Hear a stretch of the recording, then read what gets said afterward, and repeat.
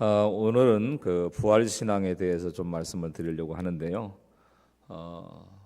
부활을 말하기 전에 우리는 먼저 죽음을 생각해야 돼요. 왜냐하면 죽어야 부활이 능력이 있는 거죠.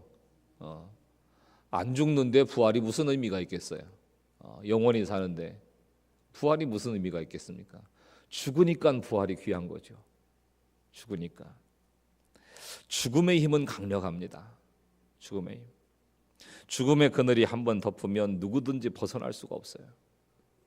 수많은 사람들의 모습들을 바라보면 이 죽음의 그늘을 벗어나지 못해서 두려워하고 염려하고 걱정하고 힘겨워하시는 이런 분들을 보게 됩니다. 교회 밖에서 만나는 이제 70대 또 60대 후반 이런 분들을 바라보면 가끔 저한테 물어요. 목사님, 천국이 진짜 있을까요? 그러면 내가 가르쳐 줄 테니까 교회로 오시라고, 내가 영원히 살 수 있는 법을 가르쳐 주겠다고 이렇게 이제 웃으면서 말씀도 드리고 하는데, 연세가 한 70 넘어가시고 하시면 이제 내 죽음의 모습, 내 인생의 마지막의 모습들을 이렇게 한번 생각을 해보시는 것 같더라고요. 이 생명의 문제를 다루는 과학자들도 죽음이 찾아오면 뭐 예외 없이 그 사망의 그늘에 끌려서 끌려갈 수밖에 없는 거죠. 그러니까 죽음이 찾아오면 그 어느 누구도 거부하지 못하고 끌려갔습니다. 불루초를 먹은 사람도 끌려갔고요. 또 세상에 없는 영광과 능력을 가지고 살아갔던 수많은 위인들, 영웅들도 그 죽음의 그림자 앞에서는 어쩔 수 없이 굴복하고 끌려간 것을 보게 되는 것입니다. 그러고 보면 이 죽음이라고 하는 것은 인정사정이 없어요. 봐주는 게 없습니다. 젊다고 어리다고 또 대단한 삶을 살았다고 착하다고 선하다고 인정사정 봐주는 게 아니에요. 그래서 이 죽음이라고 하는 걸 보면 이제 늘 드는 생각이지만 뭐냐면 피도 눈물도 없이 잔인하게 찾아오더라.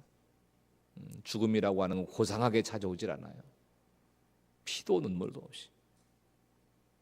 인류 역사상 그 누구도 이 죽음을 이겨본 사람이 없습니다. 자, 그러나 이 죽음을 이긴 사건이 한 번 있었어요. 딱 한 번. 눈치채셨겠지만 바로 예수 그리스도의 부활 사건입니다. 죽음을 이긴 사건. 부활은 인간의 한계를 뛰어넘는 초자연적이고 또 초역사적인 하나님의 역사요, 하나님의 사건이었던 것입니다. 그래서 예수님은 부활의 첫 열매가 되셨다 이렇게 말씀을 하시죠. 부활은 인간의 죽음을 영원히 극복하게 한 하나님의 구원의 사건일 뿐만 아니라 우리가 이것을 믿음으로 받아들이고 또 그 믿음 안에서 소망을 갖게 됐다는 거죠. 예수님이 부활의 첫 열매가 되셨기 때문에 그 부활의 예수님을 믿고 따라간 우리도 함께 부활할 날이 온다는 거죠. 그 소망 가운데 살아가는 거예요. 자, 부활에 대해서 어떤 사람은 이렇게 얘기합니다. 목사님, 그런 얘기하지 마세요. 혹세무민한다든지 얼토당토하는 얘기 가지고 그렇게 얘기하지 마시라고요. 죽으면 그만이지 부활이 어디 있습니까? 어떻게 생각하세요? 교회에서 막 부활을 얘기하고 목사님이 부활을 얘기하고 막 부활주의를 한다고 그러고 그러니까 여러분, 예수님께서 부활하신 것을 믿으십니까? 그러면 아멘 안 하고 가만히 앉을 수가 없잖아요. 그러니까 입으로는 아멘 해. 근데 마음속으로는 글쎄, 죽은 사람이 어떻게 살아나? 그 마음속에는 확실한 믿음을 가지지 못하고 의심의 눈초리로 이렇게 예수님의 부활을 바라보는 사람들이 너무 많은 거예요. 심지어 교회 안에도 죽으면 끝이지 부활이 어디 있어? 그런데 우리는 이 단순히 죽음 이후의 세계에 대한 무지 때문에 부활을 거부하면 안 돼요. 사람이 죽고 나면 어떤 상태가 되는지 어떤 세계가 펼쳐지는지 아는 사람이 있습니까? 무지한 거예요. 인간은 성경이 가르쳐주지 않으면 무지한 것입니다. 자기가 죽음 이후의 세계에 대해서 무지하다라고 하는 이 사실 때문에 부활을 거부하면 안 되는 거예요. 그게 불쌍한 것입니다. 우리가 부활할 때는 변화된 몸, 부활체라고 하는 변화된 몸을 입습니다. 썩을 자가 썩지 않은 옷을 입는 것과 같아요. 죽을 자가 죽지 않을 옷을 입는 것과 같습니다. 그럼 왜 우리에게 이 부활의 몸, 부활체가 필요한 것일까?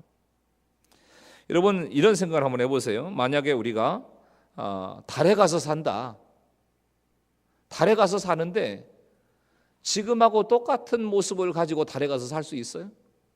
거기 산소가 없는데 또 무중력 상태인데, 그러니까 지구에서 살던 상태 그대로 가지고 달나라에 가서 살 수 없는 거잖아요. 그렇기 때문에 달에 가서 살 수 있도록 하는 장비와 도구가 필요한 거예요. 달에 가서 할 수 있는 우주선, 우주복, 우주식량, 산소통, 이게 있어야 될 뿐만 아니라 무중력 상태에서 걸어갈 수 있는 훈련이 돼 있어야 된단 말이죠. 그러니까 달나라에서 살 수 있도록 모든 여건이 갖추어져 있어야 되는 거예요. 자, 마찬가지로 부활체라고 하는 것, 부활의 몸이라고 하는 것도 하나님 나라에서 살아가기 위한 가장 알맞은 조건이기 때문에 필요한 거예요. 이 지구상에서 사는 것과는 완전히 다른 세계라는 거예요. 부활은 모든 사람이 다 합니다. 예수 믿는 사람도 부활하고 예수 안 믿는 사람도 부활해요. 모든 사람이 부활합니다. 문제는 그렇게 부활해서 영원히 사는데 영원히 사는 환경이 다른 거예요. 영원히 살아가는 환경. 천국이라고 하는 환경과 지옥이라고 하는 환경으로 나누어진다는 것입니다. 믿는 자나 믿지 않는 자 모두가 영원히 살지만 사는 조건이 다르다는 거예요. 완전히 달라요. 그래서 우리가 기억할 게 뭐냐면 믿는 자가 부활되어야 될 게 하나 있는데, 그게 뭐냐면 내가 예수 그리스도의 보혈을 힘입어 죽은 심령이 부활해야 된다는 거죠. 죽은 영이 부활해야 된다는 거예요. 그래서 먼저 우리의 심령이 부활할 때에 영원한 부활 가운데 참여할 수 있다는 거예요. 생명의 부활 가운데. 자, 이렇게 영광스러운 부활을 소망하며 살아가는 우리 믿음의 사람들에게 사도 바울은 오늘 본문을 통해서 중요한 두 가지의 권고를 하고 있습니다. 하나는 견고하라는 거예요. 견고하라. 그러니까 뭐가 견고해야 되냐면 부활 신앙이 견고해야 된다는 거예요.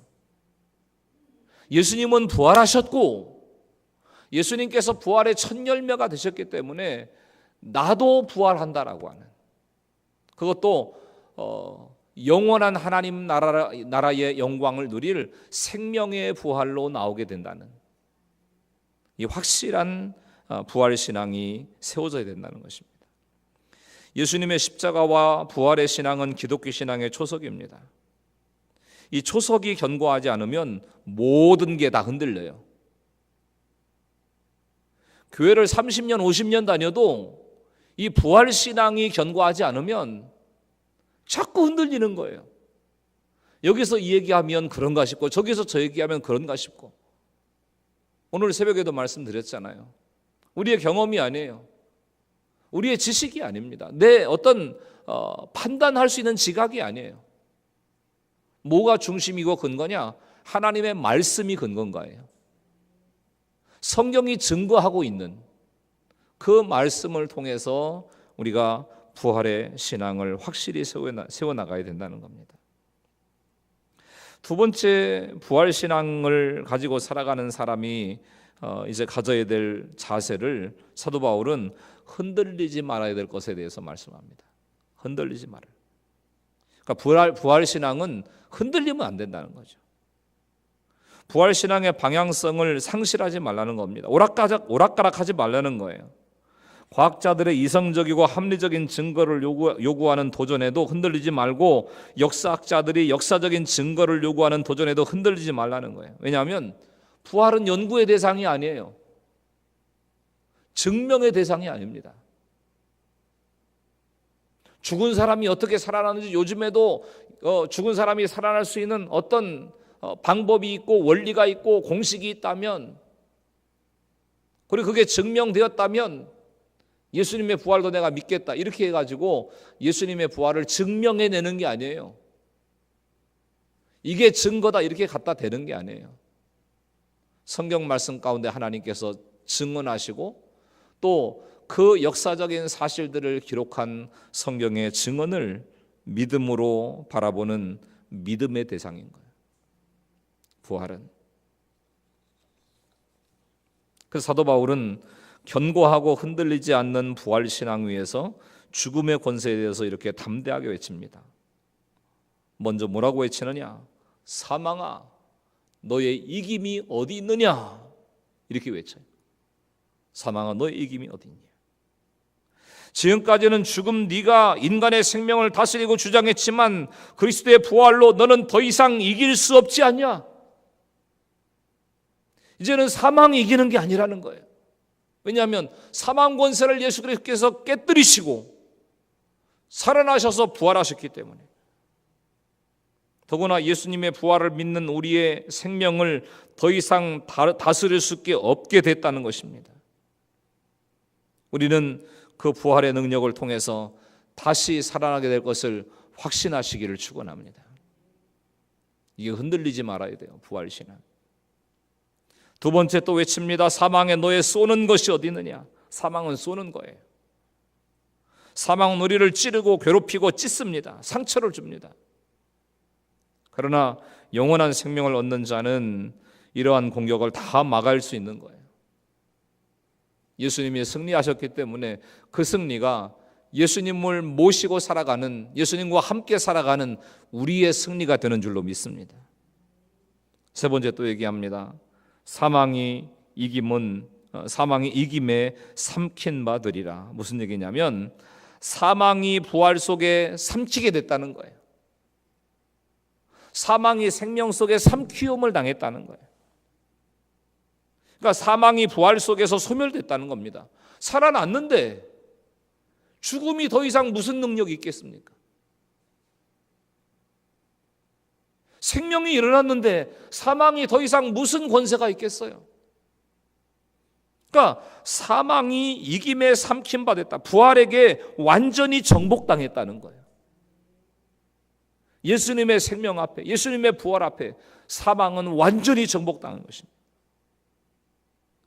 이 사망과 부활을 연관시켜서 한마디로 말하자면 부활은 사망을 사망시킨 사건이에요.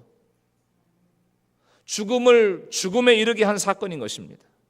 저주를 저주시킨 사건이에요. 절망을 완전히 절망시킨 사건인 것입니다. 이게 부활이에요. 이 부활의 능력을 가지고 살아가는 것입니다. 그래서 이렇게 부활의 믿음을 가지고 살아가는 성도에게는 두 가지 열매가 있어요. 사는 방식이 달라지는데 부활신앙이 있는 사람은 이렇게 살아가야 됩니다. 첫 번째는 같이 읽어보겠습니다. 시작. 우리에게 이김을 주신 하나님께 감사하며 살아가야 합니다. 자, 부활의 신앙을 가진 사람은 범사에 감사하고 살아가요.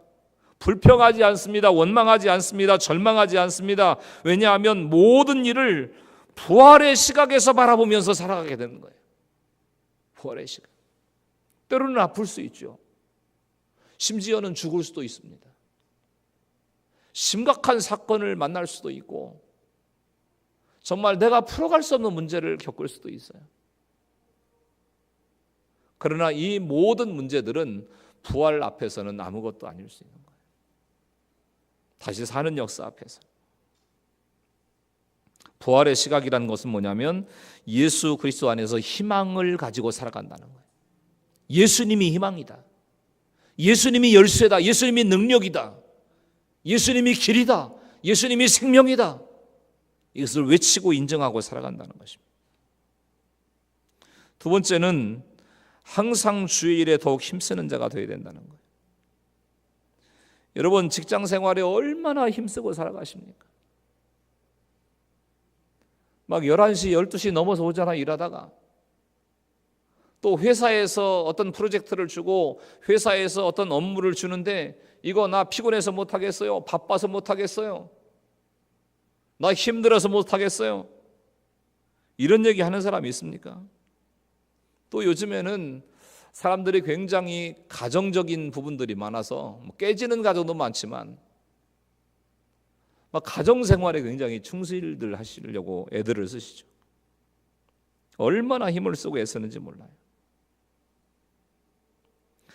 그러면서 대비되는 우리의 삶의 모습을 한번 점검해 보실 필요가 있는 게 우리는 주님께서 내게 맡겨주신 사명 앞에 주님께서 내게 허락해 주신 이제 믿음의 공동체 앞에 어떤 열심과 어떤 충성과 어떤 헌신의 모습을 가지고 살고 있는가. 직장에서는 뭐 아무리 자존심 상하는 얘기를 해도 이게 이제 내 밥줄이다 생각해서 그런지 모르지만 하여튼 다 견뎌내고 시키는 일을 다 하고, 가정에서도 마찬가지고.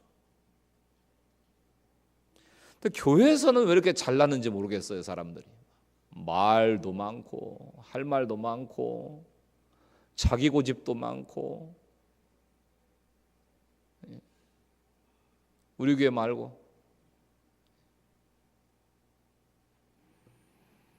여러분, 부활신앙에 확고히 서 있는 사람은 감정에 상관없이, 조건에 관계없이, 환경에 상관없이 주님께서 맡겨주신 일에 최선을 다해 살아가는 줄로 믿습니다. 사명을 감당하고 살아간다는 거예요. 주의 일에 항상 힘쓰는 사람치고 부활신앙에 서 있지 않은 사람이 없어요. 그만큼 부활의 신앙은 우리를 충성된 일꾼으로 만드는 능력이 있는 거예요. 부활신앙 안에서 감사와 충성스러운 헌신이 여러분의 삶 속에서 날마다 부활되고, 이를 통해서 여러분의 인생 가운데 모든 삶의 영역 가운데 예수님의 부활이 능력이 되고 생명이 되고 소망이 되고 치유가 되고 회복이 되고 우리의 삶의 역사를 친히 세워가시는 생명의 능력이 되실 수 있기를 예수님의 이름으로 간절히 축원합니다. 이제 영상을 하나 보실 텐데, 이 영상을 보시면서 과연 무엇이 이 사람들을 이렇게까지 살아가도록 했을까, 이런 부분들을 고민해 보시고, 또 부활의 능력이 내 삶 가운데도 충만하게 부어질 수 있기를 간절히 소원하고 기도하는 또 한 주간의 삶을 살아갈 수 있기를 바랍니다.